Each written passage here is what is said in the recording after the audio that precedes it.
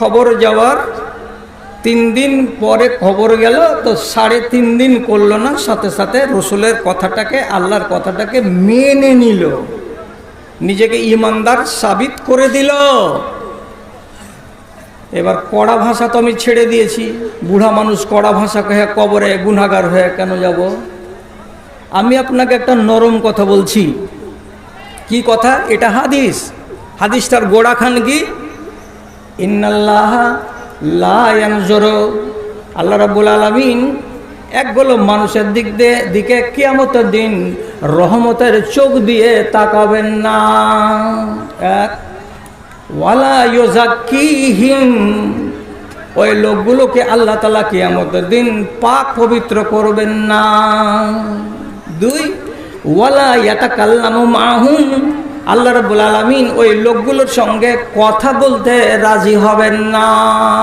3, তারপরে রাসূল বলছেন ওয়ালাহুম আযাবুন আযীম, ওদের জন্য ভয়ানক আযাব আছে, ওদের জন্য কঠিন আযাব রয়েছে। 4টা কথা রাসূল বললেন। আল্লাহ পাক তাদের সাথে কথা বলবেন না, তাদের দিকে রহমতের নজর দিয়ে তাকাবেন না, তাদেরকে পাক পবিত্র করবেন না, এবং তাদেরকে ভয়ানক আযাব দেবেন। সাহাবায়ে কেরাম হা করে তাকিয়ে আছেন, কারা ওরা, কারা ওরা, কারা? আল্লাহ পাকের রাসূল যাদেরকে এই 4 রকমের ভয়ানক পরিস্থিতির মুখোমুখি হতে হবে, ওরা কারা? আল্লাহ রাব্বুল আলামিনের নবী বললেন আল মুসবিলুল ইজারিহি আও মুসবিলুল ইজারে, যেই মানুষগুলো ফুল প্যান্ট পরে আর যখন নামাজে যায় তখন ফুল প্যান্টের তলাগুলোকে এমনি করে মুড়িয়ে মুড়িয়ে গোড়ালির উপর পর্যন্ত তুলে দেয়, নামাজ যখন পড়া হয়ে যায় মসজিদের বাইরে যেতে গেলেই আবার মুড়ানো ফুল প্যান্টকে খুলে দিয়ে গুল্লার নিচে পর্যন্ত ঝুলিয়ে দেয়। এইরকম 2 নম্বর মুসলমানগুলোর দিকে আল্লাহ রাব্বুল আলামিন সেদিন তাকাবেন না। মজলিসে কতটি ওয়াদাকে ব্রেক করা, ভঙ্গ করা লোক আছো তুমি নিজে বলো, আমি দেখে বেড়াবো? আর একটাকে আল মান্নান, যে মানুষগুলো কোনো গরিবকে যদি 100টা টাকা দেয়, 2 মাস 3 মাস পরে যদি মৌকা লেগে যায় তো জোর করে চায়ের দোকানে ঝেড়ে বলবে শালা নিমু খারাম, তোকে যে 300টা টাকা দিয়েছিলাম। এই লোককে আল্লাহ তাআলা পছন্দ করেন না। আর একটাকে আল মুনফিকু সিলাতাহু বিল হিলফিল কাযিবে, মাঠে বাজারে যাবে আর বাজারে যাওয়ার পরে নিজের সামানকে বিক্রি করার জন্য ঝুঠা কসম খেয়ে বলবে, ঝুঠা কসম খেয়ে বলবে বাবজি আপনার গাইটার কতখানি দুধ হয়? তো বলছে বাবারে 2.5 কেজি করে দুধ হয়, ভালো করে যদি খাওয়াতে পারো তো 3 কিলো করে দুধ হবে। আল্লাহর কসম। নিলেন 23,000 টাকাতে, বাড়ি গিয়ে যদি বাপ বেটা মিলে বাঁট ধরে ঝিটাঝিটি করছেন তো ঘুরে ফিরে 1.5 পোয়া। এই লোকটা কোথায় যাবে? রাসূলুল্লাহ বলছেন তোর দিকে আল্লাহ তাআলা নজর তুলে তাকাবে না, তোকে আল্লাহ তাআলা পাক করবে না, এবং তোর সাথে আল্লাহ তাআলা কথা বলবে না, তোর জন্য কঠিন আযাব রয়েছে। তাহলে 3 প্রকারের মানুষের ভেতরে একটা গুনাহগারের কথা বললাম। সে কে? যারা নিজের লুঙ্গিকে, যারা নিজের পায়জামাকে, যারা নিজের ফুল প্যান্টগুলোকে গোড়ালির নিচে পর্যন্ত ঝুলিয়ে নিয়ে যায়, তোয়াক্কা করে না, মানুষের ওয়াজকে মানে না, কোনো কিতাবকে মানে না, কোনো মুল্লাকে মানে না, কোনো মৌলানাকে মানে না, এরা ওয়াদাকে ভঙ্গকারী।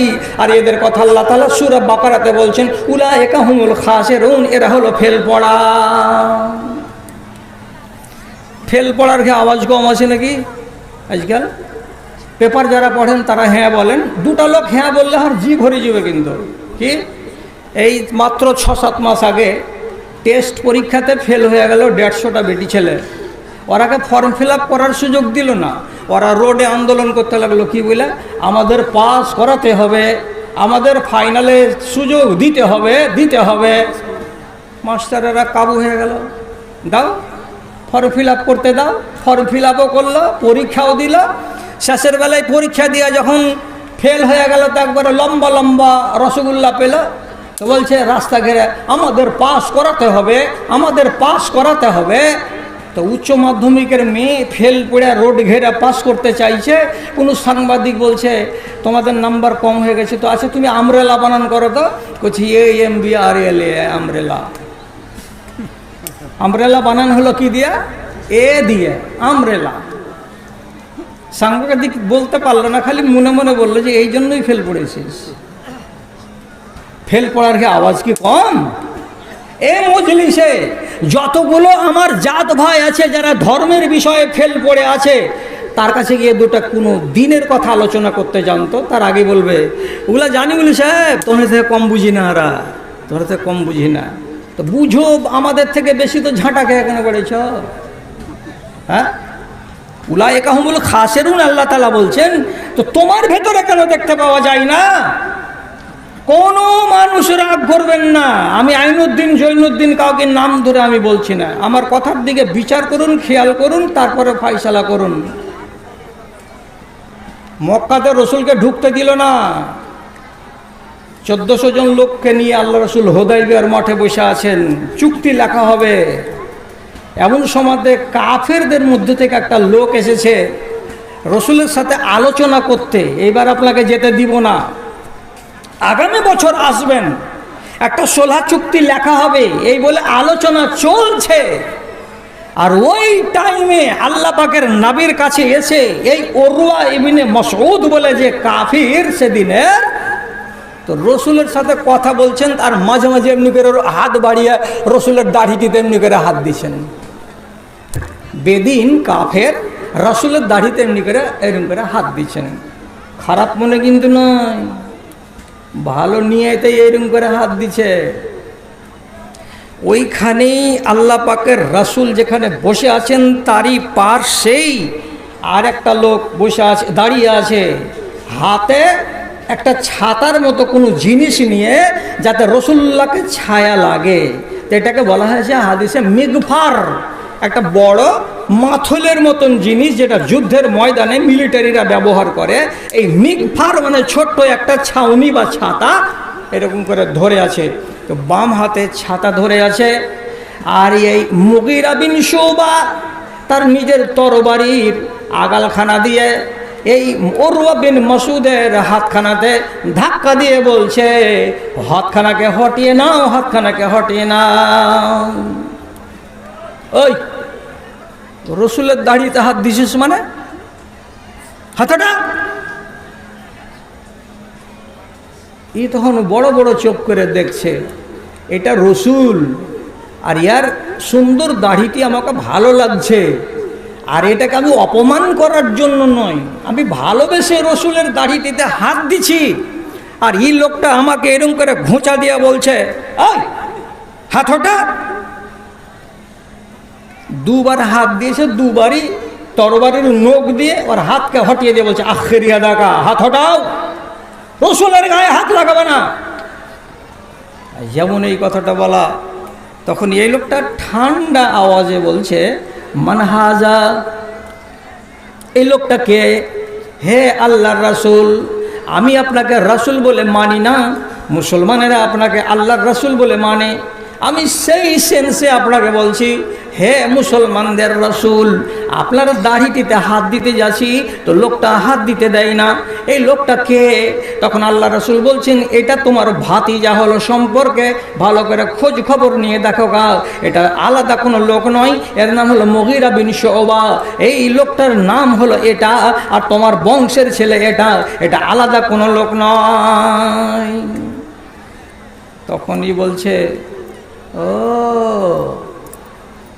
3 দিন আগে কিলাব গোত্রের 13টা মানুষকে মার্ডার করে ওদের ধন মালকে লুটে নিয়ে এসে বাড়িতে হজম করে আছো, আর এখন পর্যন্ত হাত ধাওনি, মুখ ধাওনি, আর এই যে আমাকে তুমি রসুলের দাড়িতে হাত দিতে দিবা না, ফাইলামো করছ। কথাটা একটু আক্কেলের, একটু বুঝবেন। এই লোকটার ঈমান আনা কতদিন হয়েছে? বড় জোর 3 থেকে 4 মাস। এটা আমার বংশের লোক, ভাতিজা। ওকে বলছে, কালকে তুমি ছিলে কি একটা রাহাজান, ডাকাত, তুমি দুনিয়ার মানুষের মাল লুটেছো আর মানুষের জান মেরেছো, আর আজকে তুমি হাত ধোওনি, মুখ ধোওনি, পাছা ধোওনি, এমন নবীজির তুমি যোগানদার হয়েছ। শেষে দেখেন দুদিকে দুটো জিনিস টানছে কেমন করে। একজনকে একদিকে টানছে আর একজনকে আর একদিকে টানছে। রাসূলুল্লাহ বলছেন, এই ওর শোনো, আমি তোমাকে তোমার এই চালটাকে ভালোবাসি, কিন্তু আমার সাহাবীকে তুমি যে এই ভাষায় কথা বলছো তার ব্যাপারে আমার জবাব হলো এই, আম্মা আনা আকবেল ইসলামাহু, আমি কিন্তু মুগিরার ইসলামকে কবুল করেছি, ভালোবেসেছি। সুতরাং ইসলাম কবুল করার পরে যদি তার ভেতরে কোনো দোষ থাকে তো আমাকে বলো। আর ইসলাম কবুল করার আগে যেগুলো মাল লুট করেছে, যেগুলো জান মেরেছে, ওইগুলোর হিসাব এখানে নেওয়া যাবে না। কেন যে আল্লাহ তাআলা বলেছেন ইসলাম কবুল করে নিতে গেলে আগের কোন গুনাহগুলো গুনাহ হয়ে থাকে না, সব মুছে দেওয়া হয়।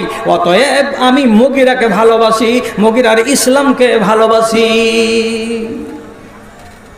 তাহলে দাড়িকে রক্ষা করার জন্য একটা যুবক ছেলে মুসলমান ইমানদার তরবারি নিয়ে খাড়ো হয়ে আছে, দাড়িতে হাত দিবে না।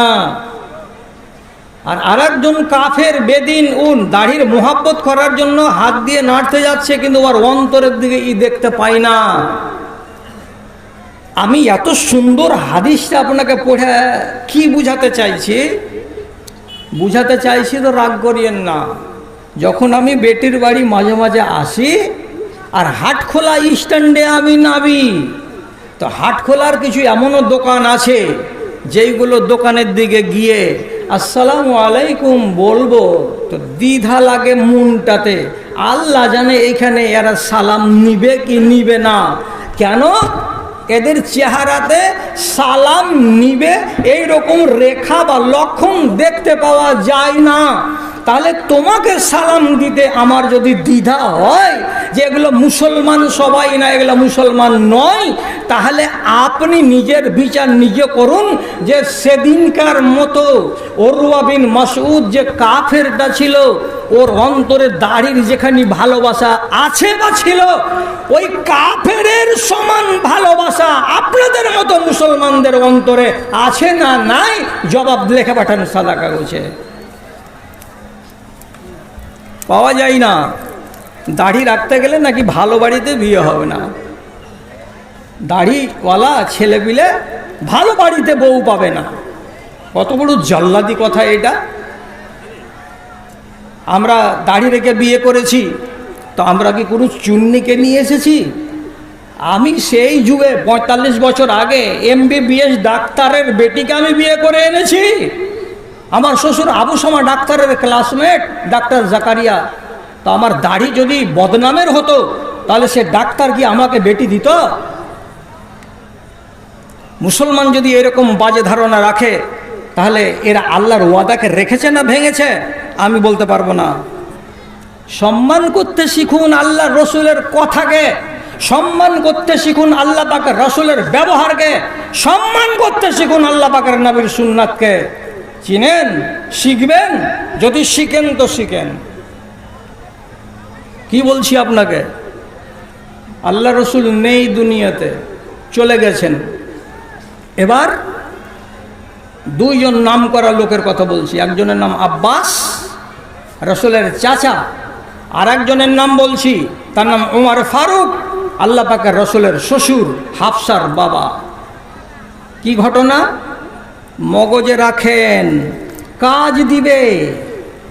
সময় কাটাতে আসিনি, দুটো কথা আপনার মগজে তুলে দেওয়ার জন্য এসেছি। হযরত উমর জুব্বা গায়ে দিয়ে নমাজ পড়াবেন জুমা মসজিদে, তার জন্য জুমার দিন সেজে কুজে হাঁটতে হাঁটতে চলে আসছেন। রাস্তাটা কোনখানে পড়ছে?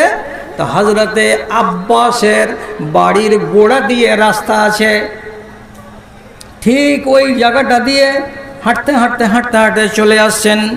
খেয়াল করেননি উপর দিক থেকে একটা ছোট্ট 1.5 ফিটের একটা এইরকম সাইজের একটা পাইপ দিয়ে পানি উপর থেকে ঝরে ঝরে পড়ছে।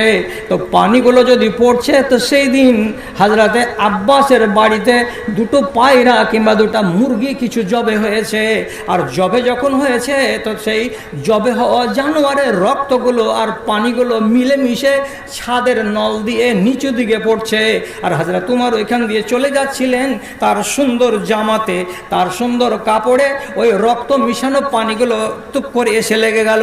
তিনি এমনি করে দেখলেন আমার জামা তো খারাপ হয়ে গেল, আমার জামা তো গন্ধা হয়ে গেল। মুখটাকে উঁচু করে দেখলেন, কি থেকে পড়লো? বলছে ওই পাইপটা থেকে, ওই নলটা থেকে আমার জামাই এই রক্তগুলো পড়লো, গন্ধগিগুলো পড়লো। আমার আবে হিজবেহি, হযরত উমর তখন কি করলেন, সাথে সাথে হুকুম দিয়ে দিলেন একজন লোককে, ও বাবা এখানে একটু চড়ো।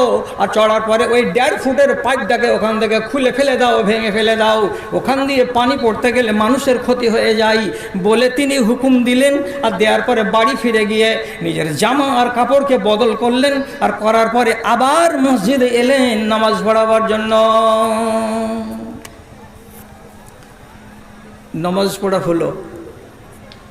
নামাজ পড়া যখন হয়ে গেছে, হযরত আব্বাসের কানে কিন্তু খবর চলে গেছে যে আমার বাড়ির ছাদের ছোট নলটাকে, পাইপটাকে হযরত উমর ভেঙে দিয়েছেন,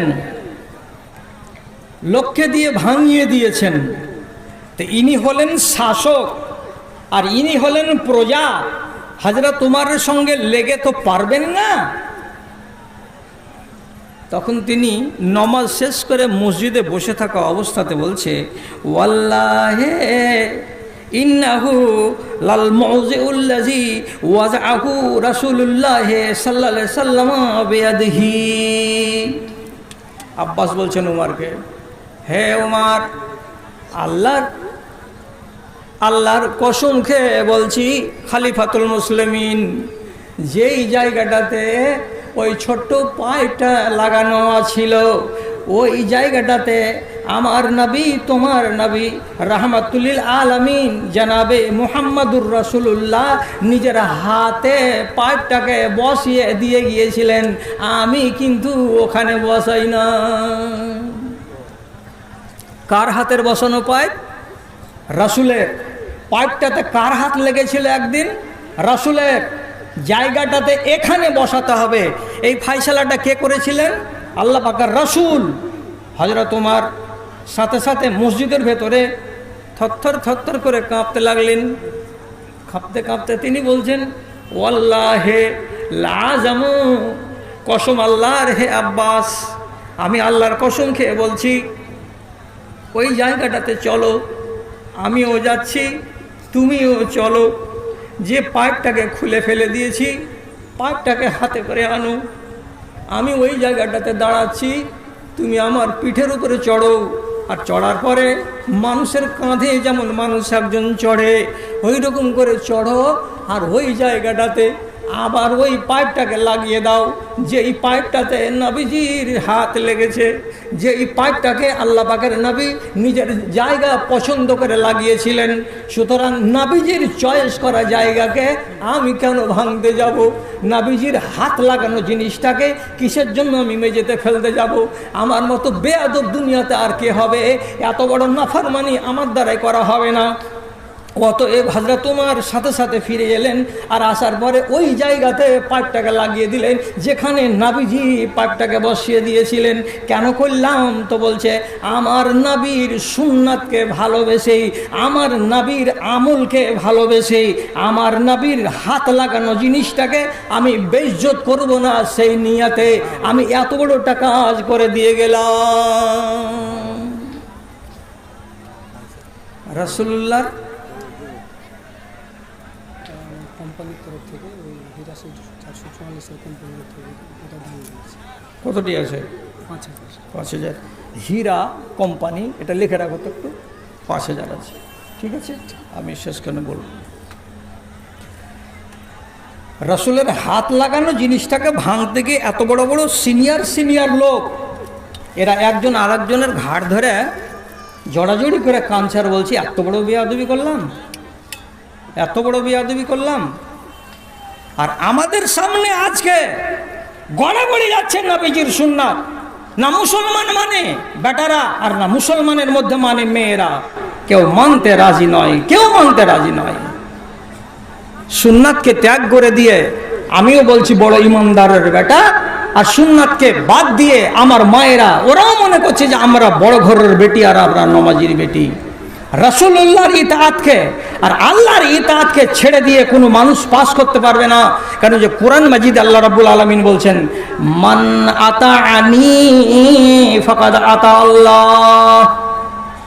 যে ব্যক্তি আল্লাহ পাকের নবীকে ইতাআত করেছে সে আল্লাহর ইতাআত করেছে, আর যেই ব্যক্তি রাসূলের কথা মানেনি সে আল্লাহকে মানেনি।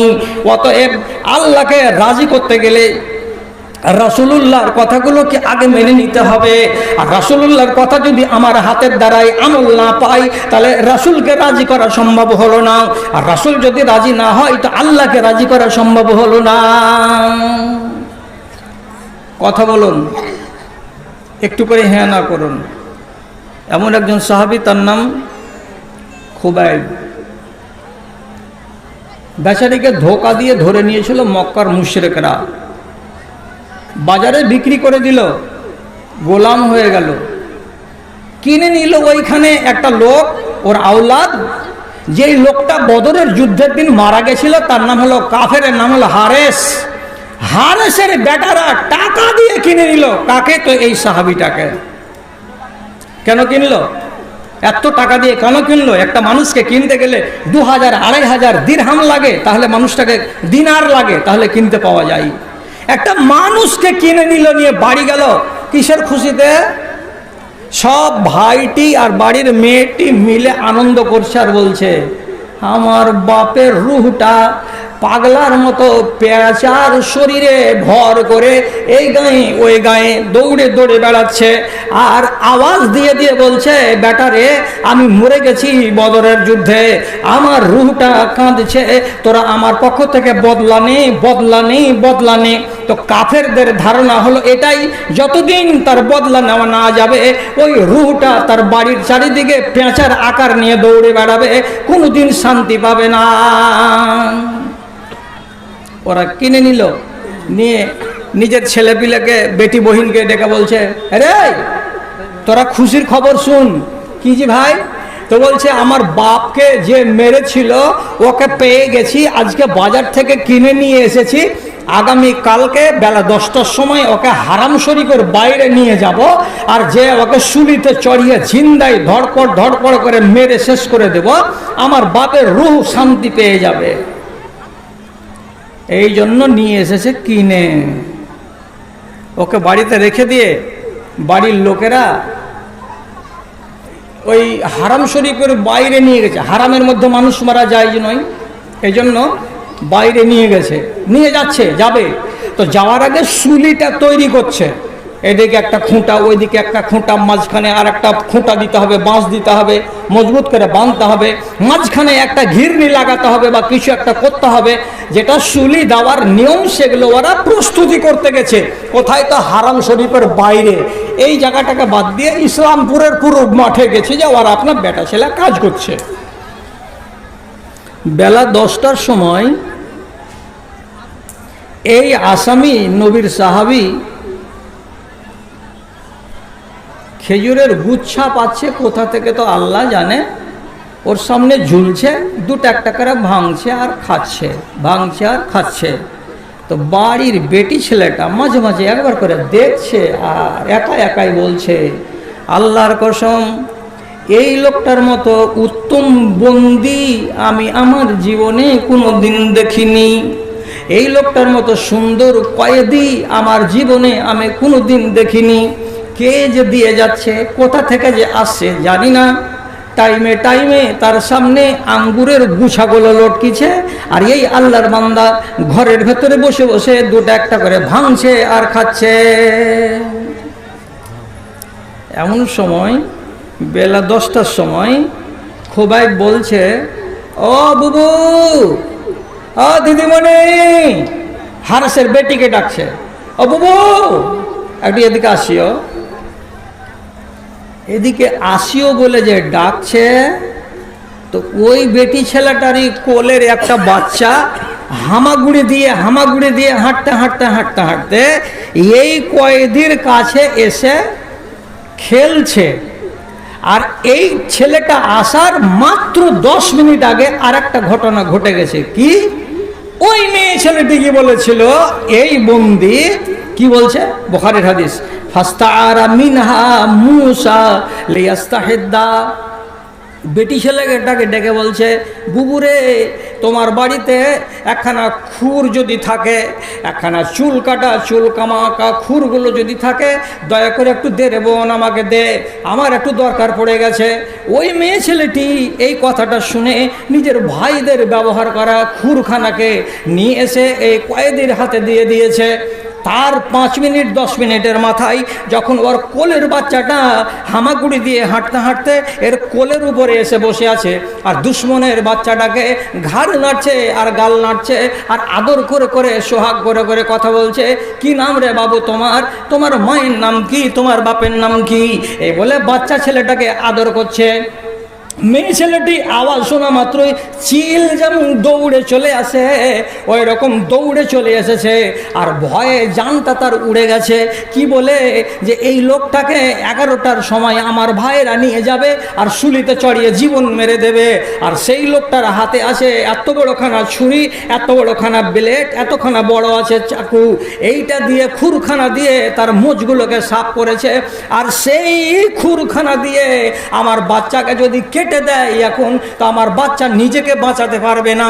আর আমি তো দূরে দাঁড়িয়ে আছি, আল্লাহ রে, দুশ্মনের হাতে পড়ে গেল আমার ছেলেটা, হায় আল্লাহ কি করলাম, হায় আল্লাহ কি করলাম। বেচারের মুখ শুকিয়ে গেছে, কাছে এসেছে, এসে আর যে জানিয়ে বলছে, আমার ছেলেটা আমাকে দিয়ে দাও।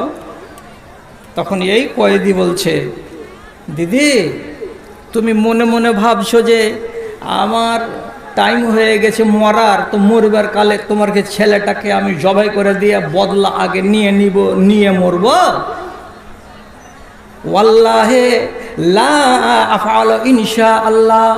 আমি হলাম মুসলমান দাগাবাজি করে না, আমার নাম হলো মুসলমান জাতি, আমার নাম হলো খুবাইব। আমি ইমান বুকে রাখি, আল্লাহর কোরআনকে আমি বুকে রাখি, রাসূলুল্লাহর ফরমানকে আমি বুকে রাখি।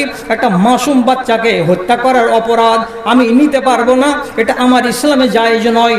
অতএব তো ওরা যদি আমাকে মেরেও ফেলে দেয়, তোমার বাচ্চাকে আমি ইনশাআল্লাহ মারবো না, ইনশাআল্লাহ মারবো না। এই নাও তোমার বাচ্চাকে নিয়ে যাও। বাচ্চা তো নিয়ে গেল।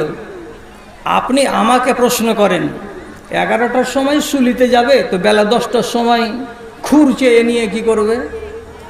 কেন খুর চেয়ে নিল কেন? হাদিস বলছে ইয়াস্তাহিদ্দা।